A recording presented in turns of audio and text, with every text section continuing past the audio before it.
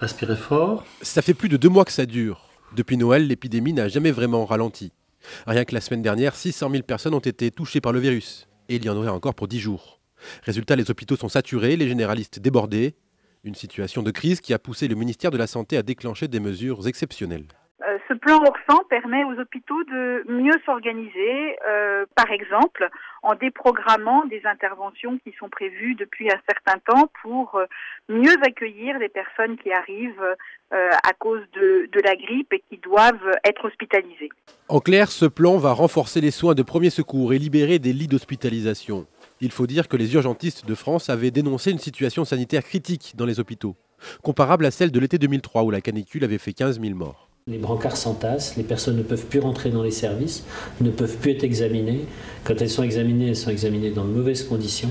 C'est vraiment la porte ouverte à des erreurs médicales, à des mauvaises prises en charge. Pour les syndicats, la cause est double. 140 000 lits ont été fermés en France en 20 ans, puis la garde obligatoire des médecins a été supprimée. Résultat d'une politique qui privilégie le rééquilibre de la sécurité sociale plutôt que des soins de qualité, affirme-t-il d'une seule voix.